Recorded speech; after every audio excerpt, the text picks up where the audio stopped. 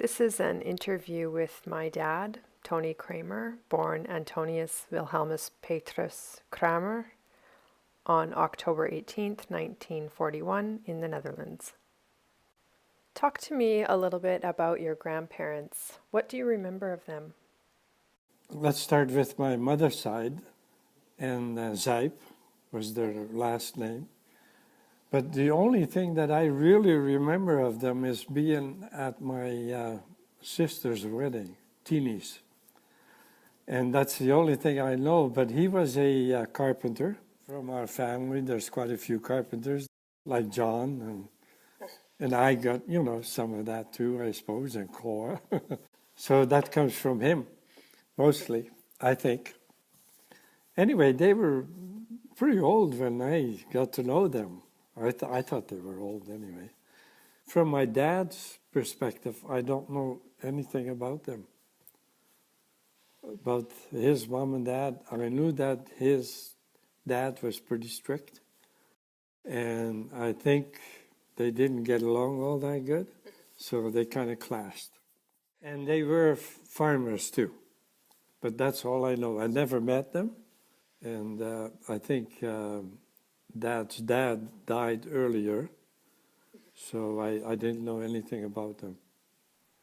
How would you describe your parents? They were good parents, and very hardworking. Like, that's the Kramer trade, I think. Everybody worked hard. Dad was, a very hardworking man. And he had his own little farm, and, he had about 7 hectares of land and grew cabbages and bulbs and all potatoes and all that stuff, Can you talk a little bit about your mom and the impact she had on your life? She was my rock. And she kept me on the straight path. Yeah, that's definitely the number one. How old were you when you came to Canada? I was 12 years old when we came to Canada. My first impression was, oh man, this is unbelievable. We had a house in the middle of the bush, no electricity, no running water, and it was tough. It was pretty tough. And I was homesick for Holland.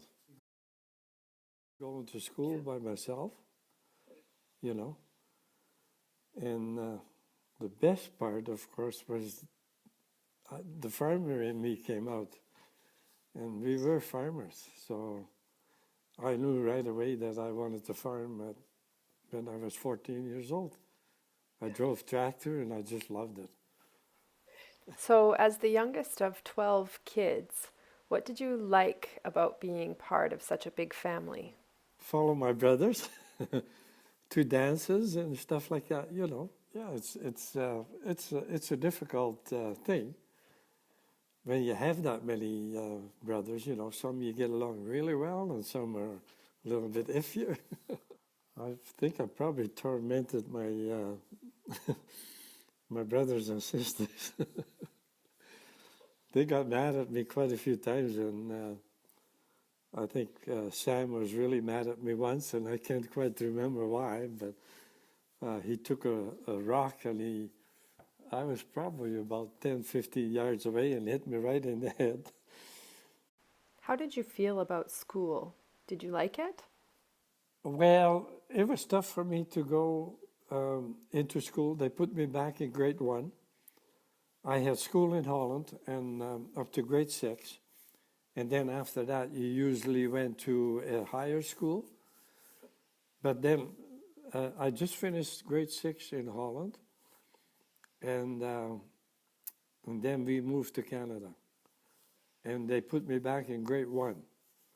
So, and that was just to learn the language, But you had to learn everything else all over again.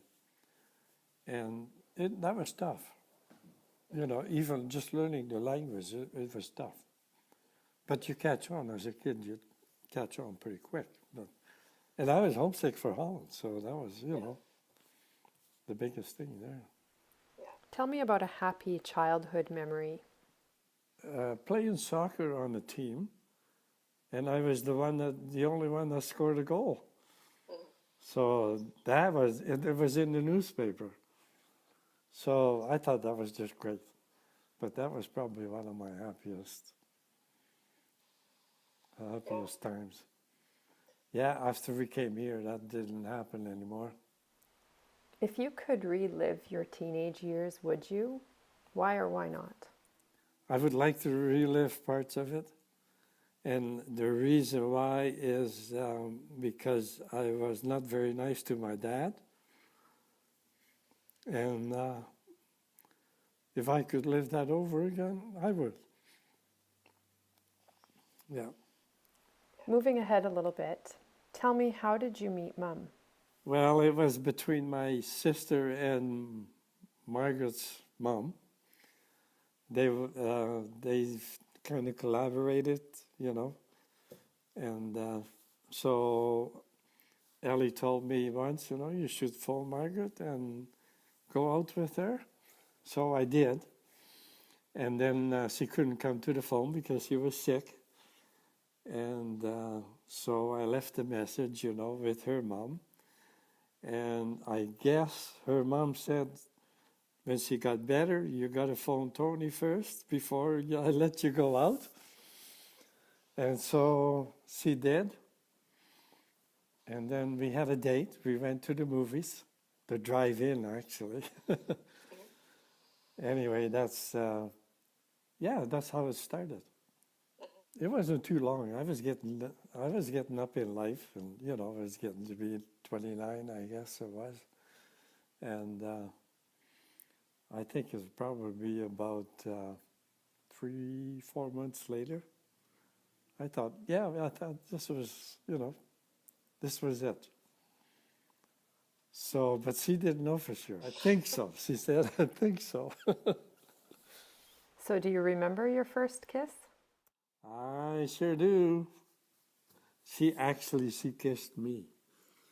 And that was on 13th Street, right in front of their house. Then she left, and we had another date after that. So, and another kiss. Where did you propose to Mom? Ooh, I think that was by the lake at Henderson Lake. In the moonlight, glistening on the water. What have you learned from Mom? She taught me a lot, boy, I tell you. I was pretty rough around the edges, but no, I was, she taught me mostly about faith, deeper faith. In 40 years of marriage, what do you think are the keys to a strong relationship? Oh, you got to be tolerant, and you got to be loving, and faith is absolutely number one. Can you tell me about the happiest moment in your life? Okay, I'll be honest. There was 3 of them, actually. Those were the happiest moments of my life. When Doug came along, and then Rick, and then my only daughter. Yeah, that was probably number one. So how do you think that being a parent has changed you? It has changed me, but I think I probably became more patient, because you got to have lots of patience with the kids and stuff like that, growing up. But that's probably the biggest thing. Thinking about our family, how would you describe us? Our family is, I just love my family. I think that's what, a loving family, that's what I think.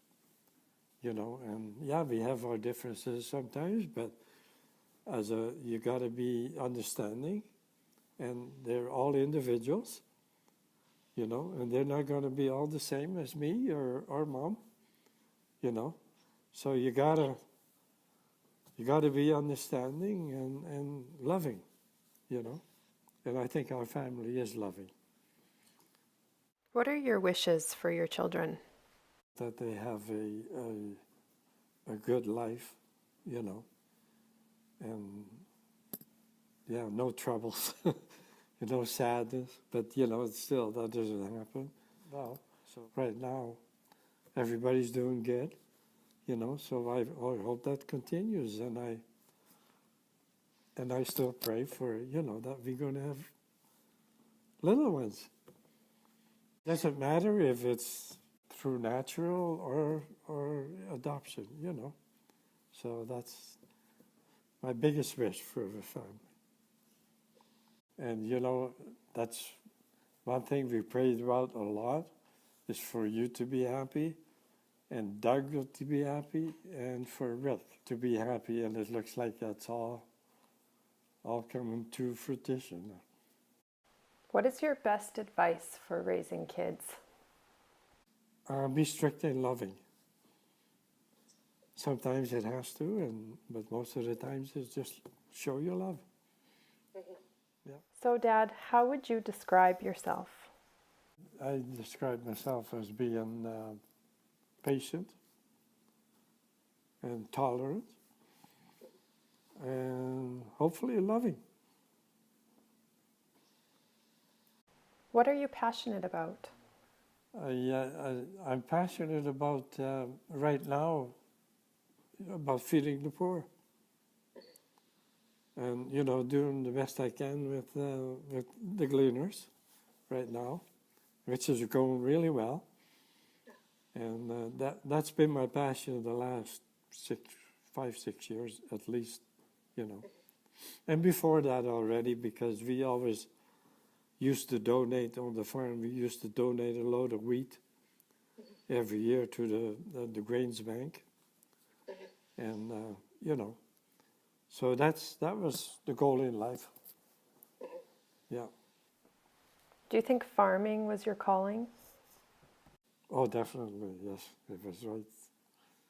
No other way. Why is that? It's just being close to the land, and you know, the freedom of not having to say yes, boss, or you know, or having a boss to call, you know, to be at work every day or whatever. I just love my lifestyle that way. What lessons did you learn from farming? That if you work hard, that it pays off, you know. What was the most satisfying thing about farming? Bringing in the harvest. That was always really satisfying, you know, after you get that combine going, and you know, you get the bins full, and then afterwards, you know, you're really satisfied that you had another year done. Do you have any particular funny or memorable work stories from the farm? Yeah, that was funny. Marcel and I really got along well, you know, but my favorite story was once when we were putting up a pump by the canal, and Marcel and I were always fooling around, and it was kind of warm anyway, but he was trying to dunk me into the canal, and that didn't work because I was pretty strong at that time too. But we had an intake that had to go into the canal, and it had a big rubber hose on it. And so I bent it over, and I told Marcel to hold the end, and then I let go, and he swooped right into the canal. So, and we laughed, and then after that, he always tried to dunk me with water, and, you know, stuff like that. That was funny. So, moving on to another topic. What are my thoughts about God? He's always there for me. Yeah, so he plays a big role, you know. What has your faith taught you? It's taught me a lot about being patient. But you can pray for something and it doesn't happen right away. It taught me to be patient, and especially, you know, with mom's sickness. Yeah, and that wasn't always easy. And so he taught me to be patient. And he told me to be patient. What was the most difficult period in your life? Well, definitely when Mom got sick was one of the most difficult, you know. And she was in the hospital and I didn't know what to do, and, you know. But there's been different difficulties in my life, you know. It's, yeah, there's when my brother died and, you know, but I didn't know my brother Jake, you know, Yap. But when they brought his body back, I realized that, you know, that was really difficult for my mom. And that was sad for me, you know, when they brought him back in, I think it was in 52. So that was a very difficult part. And when Sam died, that was another, you know, difficult moment. Or not a moment, but it was a period of time, of course, yeah. Tell me about your most memorable trip or experience. That was definitely Disneyland for me and the kids. And Betty, you know, yeah, that was the best. I'll never forget. Because we were all together and we were friends that we loved, you know. And yeah, that was one of the best things. Who has had the biggest influence on your life? Well, I would have to go back to my mom. She was the most kind lady, you know, that you could experience. And well, I've told her many times that I loved her, you know, and I probably would say that again if I met her, you know. She was, yeah, a big influence in my life, and the same with my dad, really. Mom always said, you know, you're the apple of Dad's eye, because I was the last one, you know, and I guess they knew that. So, yeah. How is your life different than you imagined it to be? Well, it depends how you imagine it, eh? I was imagining that I would have a family a little bit earlier, probably, you know. But I guess that was my way, you know. So, and otherwise, I don't imagine it being very much different than what it went. But then you got to push for that too. And I knew early in life what I wanted. So that was good. That was really good. What amazes you the most these days? Well, just talking to you and seeing you, you know, in Dublin, Ireland, and that still amazes me what technology does, you know. So that still is quite amazing. What I miss about the old days is getting together and singing at a party. Singing around the campfire or whatever, you know. This is my last question. Ooh, good. I'm getting hungry. What are you most grateful for? Right now, I'm most grateful for my family.